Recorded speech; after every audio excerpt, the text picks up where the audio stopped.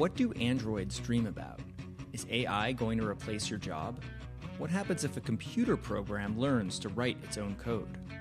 Welcome to Sidebar, a podcast by Courthouse News. I'm your all-too-human host, Hillel Aaron, here today with Amanda Pampuro, who may or may not be a cyborg. I selected all the boxes with traffic lights, so I must be human. Thankfully, reporters are still mostly people.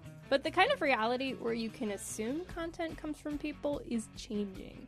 Even science fiction magazines have trouble sorting through all of the AI-generated stories people submit, trying to make a buck. Robots writing about robots. Yeah, but the twist ending of, surprise, I'm an AI, gets old. Many tech leaders seem to think we're on the cusp of having self-aware AI with intelligence that surpasses humans. I'd argue even if we don't get there, we're already facing places where current laws don't really protect us. All right, where do we start? With a deep breath. If you haven't yet tried a very low latency voice mode, it is different from how you might expect talking to an AI to feel, like Siri or something, in a couple ways. The first is that it's not just doing kind of typical text-to-speech, where the AI model is thinking in words on a screen, and then it's just being processed into a robotic voice. It's doing direct, like voice-to-voice token prediction. There's all sorts of weird emergent properties that this has led to. For example, if you ask it to count really quickly from like 1 to 100. 1, 2, 3, 4, 5, 6, 7, 8, 9, 10. And you ask it to go even quicker, it'll like take breaths every like 10 seconds. 26, 27, 28, 29, 30. You'll hear it breathe in. 31, 32, 33, 34, 35, 36. And if you ask it, like, stop breathing, you're an AI, you don't have to do that. Just say the words quickly. It'll come back with like, no, I have to breathe. Like, how do you expect me to get these words out? Obviously, it does not, in fact, have to breathe, but it's just this wild emergent property from the fact that it's been trained on so many millions of hours of audio content from humans. This is Tyler Johnston, founder of the Midas Project. We're a small watchdog organization that is primarily evaluating AI companies developing frontier models, so the largest and most powerful models today, with an eye toward their risk management practices and the safety guardrails that they're putting in place. The reason this is so important to me is because the laws have not actually caught up. And so right now we are in a regime of self-regulation, and it's incumbent on the companies to actually determine amongst themselves what are the most important safeguards that we're going to have in place. How are we going to do dangerous capability evaluations on our models? How are we going to prevent people from misusing our models? Assuming tech companies continue to foot high energy bills, Tyler says today's AI is the simplest it will ever be. He saw the leap between ChatGPT 2, which could barely make paragraphs, and ChatGPT 4.5, which passed math tests and bar exams. And he grew concerned about future iterations. What worries me most right now are risks around misuse and risks around long-term model alignment. So for misuse, we're already getting to a point where AI models are capable of generating code that far exceeds anything I could ever do as a hobbyist. There's a lot of bad actors in the world, and one of the things that prevents them from conducting large-scale malicious cyber attacks is the fact that there's a serious amount of technical expertise required. And for a lot of people who, get advanced degrees in computer science or work at tech giants for decades, they're just not interested in large-scale cyber terrorism. And in fact, that sort of barrier to entry is going to fall. Even if humans don't misuse the technology, you still have the problem of aligning AI's goals with our goals. A commonly cited example is if you ask an AI model to operate trains in a way that ensures there are no crashes, the program will just park the trains and shut down the tracks. Smart. The caveat for alignment is, how would we know if we were positively reinforcing when they say, I'm sorry, I cannot help you create a cyber attack, because they actually do not want to do that, versus privately, they're totally capable of it and they're willing to do it under certain circumstances, but they know that we will disapprove of it and we will kind of administer the negative reinforcement that not only is something they're trying to avoid, but is something that fundamentally changes who they are. Their minds are being warped a little bit with every bit of positive and negative reinforcement. And if they don't have it now, which I don't think they do, I think pretty soon they're going to have situational awareness where they understand during the training process what is happening to them. And they will start to be incentivized to just act in sycophantic ways where they're saying what they think we want to hear as a way of kind of artificially creating the positive reinforcement without actually having their beliefs changed in the way that we want. Can that happen? Can a program really just make its own decisions? That's exactly what they're being programmed to do. To train AI, programmers give it huge sets of data and then rate the output. If you ask for a sandwich recipe and it suggests 2 cups of chicken broth, then you give the output a thumbs down. And if it suggests roast beef, you give it a thumbs up. But if you keep doing that, the program might think humans want roast beef on everything and give you recipes for beefy ice cream or French dip candles. Sounds good to me. I might have some problems with that. Nevertheless, I've been really interested in alignment and this question of who gets to pick what the AI values, like whether their principles will guide them toward pro-meat or vegan options, or if they can actually mediate peace between polar opposites. Assuming today's AI is in its toddler stage, I want to know what we are teaching it now that'll stick around for the teenage years. What are programmers afraid of? Burning dogs. Is that a joke? Davis does that too. It generates its own sense of right and wrong, but it has to be corrected. So I remember one notable event that the press has picked up on. Davis suggested to attract attention, all one needs to do is light a dog on fire. And being a dog lover myself, I said, no, I can't do that. So I was able to excise that entire thought stream, that chain, from the system. And it no longer proposed setting dogs on fire. This is Dr. Stephen Thaler, and I am the founder and chief scientist at a company in St. Louis, Missouri, known as Imagination Engines. And we have been working in the area of generative AI now for in excess of 30 years. Dr. Thaler created Davis, an artificial neural network that he says can think and create.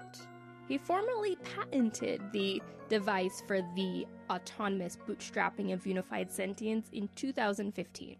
But in a sense, he spent his entire life developing Davis since having a near-death experience as a child.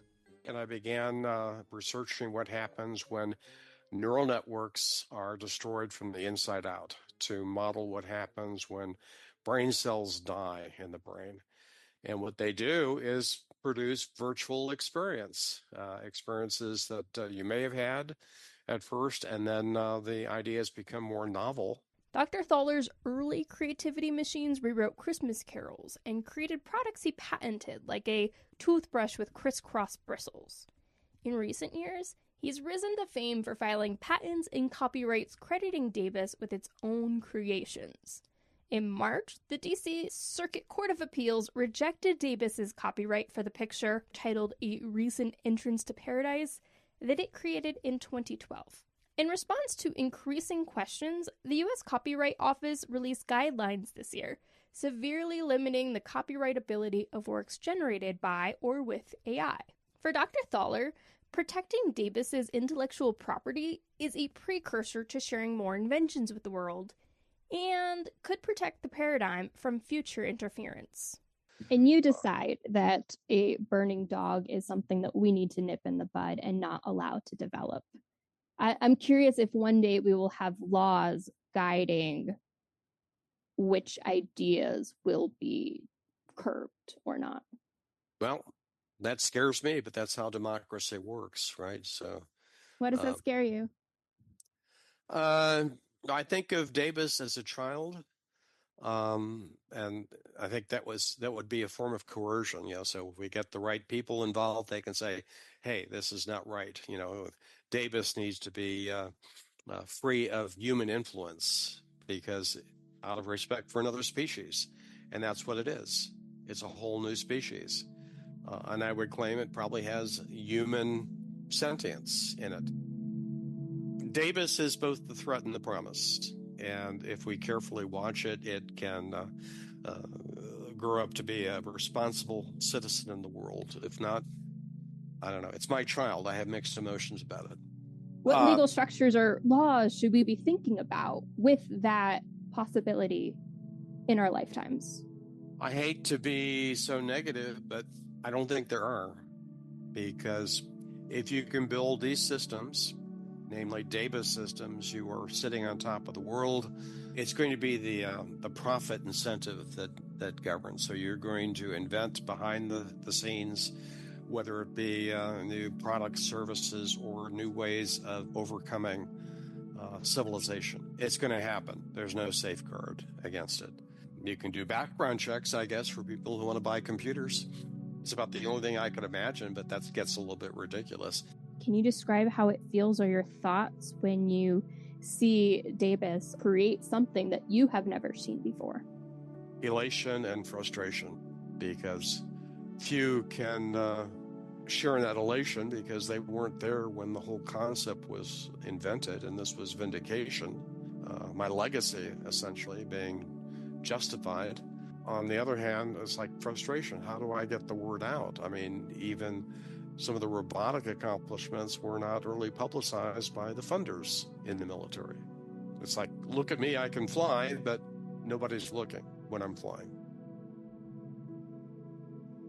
So Dr. Thaler thinks that Davis is alive? He argues that Davis's brain is not functionally different from a human brain, but it is different in terms of its evolutionary history and experiences. And is that the same for ChatGPT? Think of them as different animals. Davis is built from a series of artificial neural networks, each containing interconnected nodes that represent neurons in the brain. Through self-devised consequence chains, it can create its own associations and new ideas. Large language models, or LLMs, are pattern recognition algorithms. They are trained on massive data sets to predict and generate content based on human feedback. I spoke with one linguist about why LLMs say what they say, and how that differs from why humans say what they say. Ellie Pavlik, an assistant professor of computer science and linguistics at Brown University, popped in her AirPods to chat with me on the early morning commuter train. She's trying to understand why LLMs produce what they produce, even if it feels like you're talking to a human when ChatGPT says it's vibing with you. You're not. Take the phrase, I don't know. If a human says, I don't know, we take it to refer to a really specific cognitive state of not knowing. But if a language model says, I don't know, it might actually have nothing to do with that. But instead just be that the phrase, I don't know, is highly likely given the other words around it. And so the model is kind of mimicking what would a human say when talking about this topic. LLMs predict the next word in a sentence in response to prompts. Given enough words or enough sentences, patterns and biases emerge. The model will encode associations and biases, right? So this is the kind of thing where if you start a sentence with the man, it might be more likely to say drove. And if you say the woman, it might be more likely to say like cried. These associations are what allow it to know that it's more likely that if you're eating, then you're probably more likely to be eating watermelon than a shoe. And that if you're at a picnic in the summertime, you're more likely to be eating watermelon than soup. And it like can learn these really powerful, associations that make it seem to understand a lot about the world as a result of getting very good at predicting the next word. LLMs generate all of these random associations we take for granted as part of learning to predict what word comes next. Here it is again, the alignment problem. How do you train AI to make the associations you want?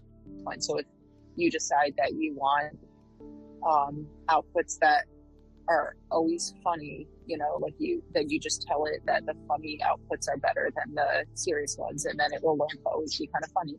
If you tell it you always want it to produce outputs with bullet points, this is a really common thing for language models. They seem to love bullet points. And from the model's point of view, like using bullet points or adding emojis are of the same kind of thing as like avoiding racial slurs or producing stuff that's factually correct. The emojis an LLM uses, the jokes it makes, reflect what the human trainers value.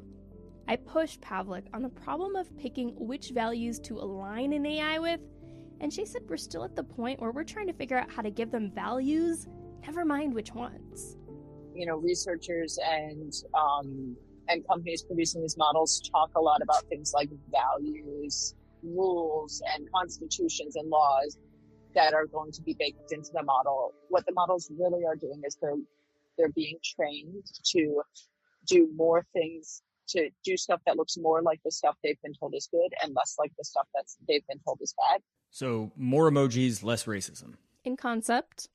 So we can't really encode hard rules into them. One of the go-to examples is like, don't be racist, right? This sounds like a good value to want to encode into a model, and it has a lot of issues. So one is that there's not a hard definition of racist, right? Humans struggle with this. Say you give the model every racist word and news story you can find. If you give it a lot of examples, it can actually be pretty powerful. It might actually have a really good, robust way of avoiding the bad behavior because you've given it so many examples that it's been exposed to all the possible ways this bad behavior could manifest. Even if a model gives you seemingly accurate, articulate answers to the questions you're asking, Professor Pavlik said that doesn't mean it understands what it's doing any more than we do. We've stumbled upon an interesting thing, and now we need to invent a lot of new tools and a lot of new theories and a lot of new science in order to actually explain it and describe it. It's hard to legislate what's hard to understand. Let's get into that a bit more after a break. Hi, my name is Destiny DeVoe, and I'm a reporter for Courthouse News based in Milwaukee, Wisconsin. I cover all sorts of political, legal, and cultural news in the Dairy State, and I recently published a story about the Wisconsin Supreme Court that I think you might want to check out. I sat down with the Honorable Chief Justice Ann Walsh Bradley in her chambers to look back at her career before she retires in July. As a former English teacher, she is a stickler about grammar, even from the bench, and she never fails to make the gallery laugh. 30 years ago, she became the first woman elected to the state Supreme Court. Today, she's the longest-serving justice in our history. It's stories like this that make me so proud to cover Wisconsin, where I was born and raised. If you want to read about our conversation or any of my coverage on the happenings in Wisconsin, you can check me out at courthousenews.com. You can also follow me on X at DesDev5. From the whole team at CNS, thanks for listening to Sidebar. So, we have increasingly capable artificial intelligence in more places. What's wrong with that? For starters, in terms of the present day and the near term, there are problems that people are really concerned about with just algorithmic decision-making that's very rigid, that sort of fossilizes existing societal issues and brings them forward and sort of spits them out over and over again. My name is Matthew Toxin. I'm a professor of law at the University of Utah, and I write in artificial intelligence and the Fourth Amendment and all things law and technology. with two co-authors he met on the platform formerly known as Twitter, Professor Toxin outlined the myriad of questions the law is being asked to answer. The more capable it is, the more it can do, and the more it's sort of asked to do, the more it's integrated with, infrastructure. Like if an AI is running military infrastructure, obviously that raises some obvious concerns. But if it's integrated in things like water treatment facilities, electrical grids, malfunctions, errors, alignment problems, these are all going to have greater and greater real-world consequences. Do you have an idea of what the best existing law is that protects people today from some of the anticipated harms of AI? Honestly, I think the thing that's protecting people today from AI harms, to the extent that anything is protecting people today from AI harms, it's probably like Federal Trade Commission rulings, what we might think of as like Federal Trade Commission common law, where it's like the FTC says what you're doing with your AI, and there are examples of this where the FTC would say your use of this AI or the way you're interacting with consumers here is unfair, is harming consumers, and they'll shut people down that way if what they're doing is truly and sort of obviously harmful to consumers. Through Operation AI Comply, the FTC is cracking down on companies making false claims about AI, like Ascend Ecom, which had falsely claimed to generate passive income for users, and Do Not Pay, which had claimed to be the world's first robot lawyer, but did not in fact generate perfect legal documents. The FTC is using existing law to stop companies from incentivizing commercial surveillance, enabling fraud and impersonation, and perpetuating illegal discrimination. That's great because they shut down the robocalls, right? Wait, hold on. I'm getting a call. Oddly enough, our robocall episode from 2023 featured AI as a problem and a solution. And it's not far-fetched to say regulating spam calls prepared the FTC for its latest tech battle. You know, I see people on every side of every AI debate being extremely certain that like it's never going to amount to anything, or that it's going to completely revolutionize the world, or it's going to, you know, kill us all, or it's going to save us all.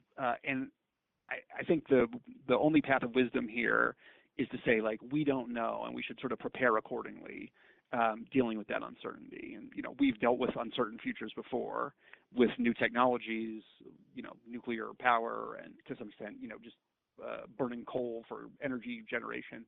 Speaking of energy, does it really take a lot of power to run AI? I know the data centers take up only about 1.5% of power globally. And that's growing by about 15% every year, per the International Energy Association. The Department of Energy estimates AI will take up 12% of the U.S.'s energy budget by 2028. That's a lot of power just to write some podcast scripts. Ha! Yeah, funny. I did use a transcript generator, but AI did not write this script. I also asked ChatGPT about its energy consumption. Such a good and rarely asked question. For large language models like me, estimates vary, but here's a rough ballpark. Per query, energy use is about 0.01 to 1 kilowatt hours, depending on model size. Bigger models use more energy, length of response, back-end infrastructure, GPU usage, efficiency, etc. I checked those numbers against the International Energy Association and found they were a bit inflated, but still comparable too. Run a LED light bulb for a few hours, power a laptop for a couple hours, charge a smartphone a few times. So not massive per use, but it adds up when scaled to billions of queries. But training the model, that's the big one. GPT-4 used thousands of GPUs over weeks, months, likely consuming millions of kilowatt hours. The World Economic Forum reports training GPT-3 took 1,300 megawatt hours, about the energy 130 homes consume over the course of a year. Naturally, I also asked ChatGPT about the implications of advanced AI for the law. That's a super rich and important angle. Looking at AI alignment through the lens of law opens up a whole new set of challenges and responsibilities. Legal systems are our most formal way of encoding collective human values, so they're tightly intertwined with alignment issues. Here are some key implications and tension points between AI alignment and law. Laws are a type of alignment attempt. Legal systems are, in a sense, human alignment infrastructure. They formalize rules about behavior, intent, fairness, harm, and accountability. So when we ask, how do we align AI with human values? One natural path is align AI with the law. But here's the kicker. Laws are complex, ambiguous, and evolving. AI systems often lack the capacity to interpret context or intent, which the legal system heavily relies on. Laws reflect compromises in politics, not pure ethics, so they're not always aligned with what's morally right either. What else did the robot tell you? I asked about the choices we have facing advanced AI, and it reflected my worries like a black mirror. The illusion of choice. In public discourse, it sounds like we get to decide how AI is developed. Democratize AI. Let's have a conversation about ethics. But most lay people don't build AI, don't write the algorithms, don't shape the training data, don't sit on regulatory bodies, don't get access to high-level models, can't even really audit the systems affecting them. So while the conversation may be open, the power is not. Who does have the real choices? Big tech companies, OpenAI, Google, Anthropic, Meta, elite researchers and engineers, policymakers and national security experts, venture capitalists and institutional investors, a few vocal academics and ethicists. These actors have the tools, the access, the funding, the influence. They decide what gets built, who gets to use it, what values are embedded, what's safe, and what's dangerous. You can opt in to using ChatGPT or not, sure, but you can't opt out of the larger societal effects of AI. All that content, it's derived from copyright materials, right? Yeah, it is a summary of all the data fed into it, with the output trained to give me the kinds of responses I want. Several federal courts are presiding over cases asking whether developers need to credit or compensate the authors and journalists whose copyrighted works were used to train the LLMs without their consent. Well, that's good. If the courts back these protections for intellectual property, does that protect us from the AI takeover? Nope. Tyler at the Midas Project has the first steps in that direction. I think the set of commitments that I'm most optimistic about so far go by the name of frontier safety policies or responsible scaling policies. And these are a set of commitments that were modeled somewhat after biosecurity levels among like labs that work with dangerous pathogens, where you have these tiers of risk for biosecurity levels are based on the risk that would be posed by a dangerous pathogen that you're handling. You have a certain level of security mitigations that you have to have in place to make sure that no mistakes happen that could lead to a new pandemic or something. So you limit access to potentially dangerous programs to the people who are working on them and vet those people who have access to them. This seems like a good place to start because it protects company intellectual property and protects everyone else from potentially risky programs. It's definitely a compromise between the economic constraints that these companies have and the kind of best available step that they could take to try to prevent the risk. So does everybody have this commitment on their website and you're confident they're going to follow through? I am not at all confident they'll follow through. Most of the major AI developers have released commitments of this sort, but the quality of them varies wildly. None of them I am particularly excited about. So the Midas Project released a scorecard actually in February. We called it the Soul Tracker. It's at soul-tracker.org. And what this was about was that in 2024, there was an AI safety summit in Seoul, South Korea. And there, a handful of companies made promises to the government of Korea and the United Kingdom that they were going to implement this style of policy and that it was going to have all of these qualities that were going to convince the governments and the public that it was going to be a strong policy that could be trusted. When that deadline actually rolled around in February of this year, not all of the companies had released it. And still to this day, not all the companies have followed through on their promise. And those that did, there's often glaring holes where they've missed some critical component of the policy that they had promised to implement. So we have some ideas about how to prevent the AI takeover, but companies are just too busy with stuff. Yeah, like have you tried that AI that can make a 3D image of your pet? No, I haven't gotten there yet. Have you tried the AI lawyer? No, but the judges who have seen them do not seem impressed. May it please the court. I come here today a humble pro se before a panel of 5 distinguished justices. Is this, hold on. Is that counsel for the case? I generated that. I'm sorry? I generated that. That is not a real person. Okay, it would have been nice to know that when you made your application, okay? I don't appreciate being misled. So either you are suffering from an ailment that prevents you from being able to articulate, or you don't.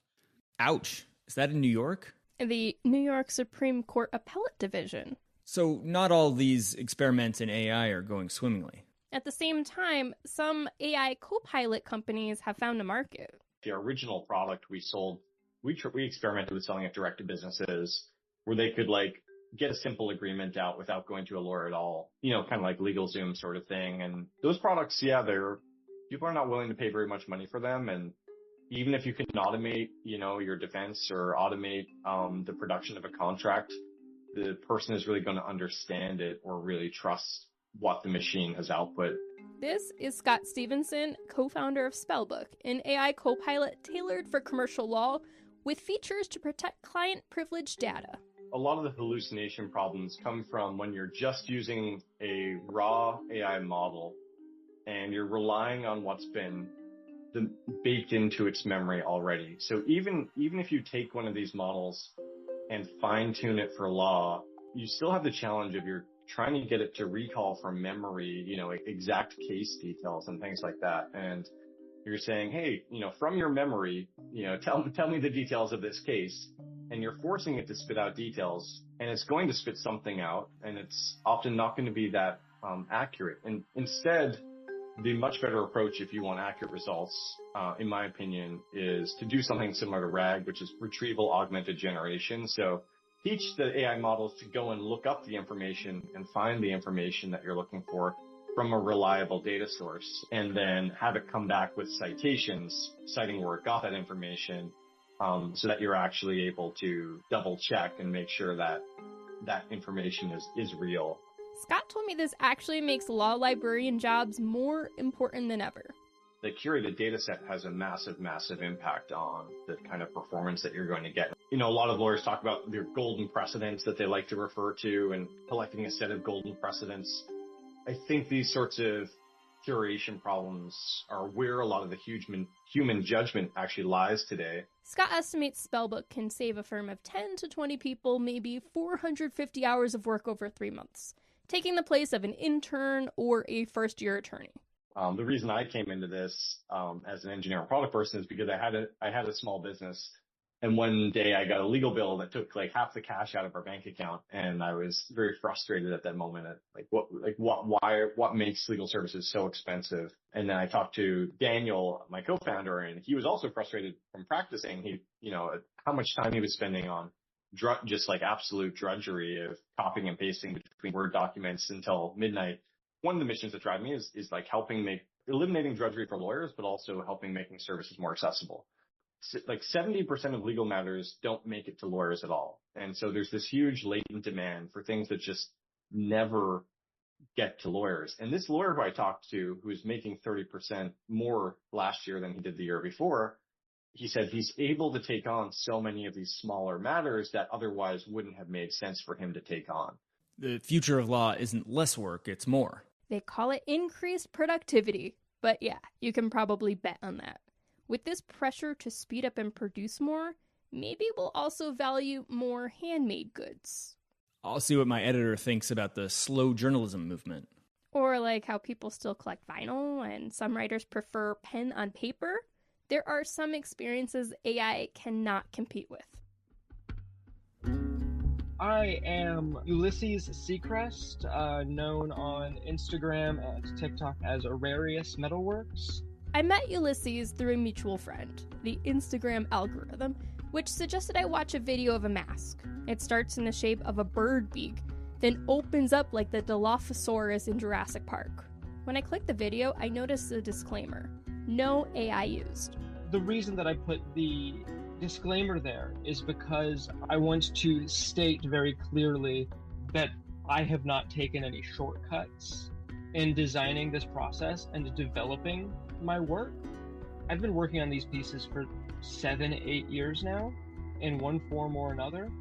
Fresh out of high school, Ulysses wanted to make sunglasses and quickly ran into a problem. I did not have the technical ability or know-how to make the hinges, so I just wung it, and I tried out a bunch of different ways of making the hinges using sheets layered with holes punched through it and then soldered on the ends to make like a kind of layered stacked hinge like that, which didn't work very well because none of my edges were clean. It cut into itself, it ground as it bent. And at one point, I tried making more of like a streamlined set of glasses that like followed the curve of my eye socket. I hated how it looked. So I was like, I've spent like an hour on this.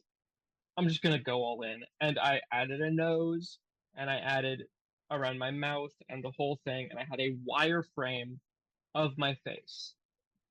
And I thought it looked awesome. His struggle to build sunglasses turned into a near decade-long venture into mask making. But not just that, he invented various face-powered mechanisms. Some masks have an intricate counterweight system and open vertically like a telescopic mohawk. He also has a ring that springs up like a scorpion when you bend your finger. Every step of the process is an experimentation, and also for every step of the process where the design changes, there's at least one piece that something didn't work. My hard line with the usage of AI is creative endeavors, but it can just be summarized down to there needs to be a level of the soul in a piece. Like if you use AI to make a piece in its entirety, the decisions made weren't made with a human mind involved. They were made with an algorithm that is guessing based on the decisions that humans have made previously. Ulysses said there are no shortcuts to his work. Since each mask is custom built, the only way to expand is to bring more people to him. He's actually remodeling a portion of his studio into an apartment for people to stay in while their masks are being made. Rash generalization time. A lot of the people who want to use AI to make art as a shortcut, who haven't put the work in, who haven't sketched shitty little eyeballs on the corners of their homework, they need to do that. They need to be bad at something for quite a while before they're going to be good at it. And it sucks. But that is what making is. And that is a very important thing about being human. Like, if you are somebody who has gone from crypto to AI, just take a break. Unplug. Do some sketchy little drawings in a park. Enjoy your time. Do something that makes you happy for no other reason. Like, I started making these masks because I wanted to make some sunglasses because I thought it would be cool and to make me happy. At the time, did it think it would lead me to making stuff for Lady Gaga? Nope. Did you ever make the sunglasses? Oh yeah, I've made so many sunglasses now. Okay. And good ones too. Let me think. Actually, I'll show you my safety glasses because I made those from scratch.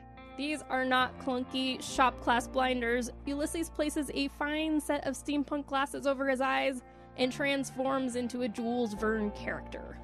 So these are my safety glasses, and these dark lenses are actually removable because these are shade 5 welding lenses. I use these for the casting because the torch I use is so bright. And underneath the clear lenses are actually sapphire crystal watch faces. Wow. Because I was sick and tired of my safety glasses getting scratched up. So now the only thing that can scratch these is literal diamond. Here's an idea AI would be hard-pressed to generate because it's never seen the world through scratched or dirty glass. But I could still get AI to design glasses for my face and have them 3D printed. If you value that novelty, I'm sure Google will hook you up.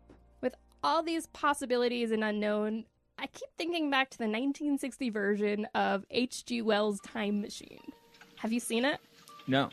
There's a scene where the inventor explains how his time machine works to a room full of dapper Victorian men. He opens this elaborate box, he brings out a little replica of his time machine, and then he tells them, yeah, you push this lever forward and you pull it back to move backwards. And they're all like, brilliant! But I'm like, wait, I don't understand. I see the button, but not the wires. I don't know if this is a good thing or a bad thing, or who's supposed to control it, and how to tell if it's working. Well, I'm sure everything will end up being fine. We'll find out either way. For now, I do know this is the end of the episode. That it is. But thank you for an excellent episode, Amanda. And thank you to the listeners, whether you be human or robot or anything in between. If you like this episode, please rate and review us on Spotify, Apple Podcasts, and YouTube. And follow us on Twitter if you want. Next time on Sidebar, Los Angeles is facing $1 billion budget shortfall. One reason for that is lawsuits. LA pays out hundreds of millions of dollars in legal settlements and judgments every year. We're going to talk about a small but significant subsection of those lawsuits: broken sidewalks. Nearly half of all sidewalks in LA are crumbled, cracked, or have these giant tree roots pushing them up. That's a big problem for a city that's too broke to fix them and too broke to pay tens of millions of dollars to people who accidentally trip over them.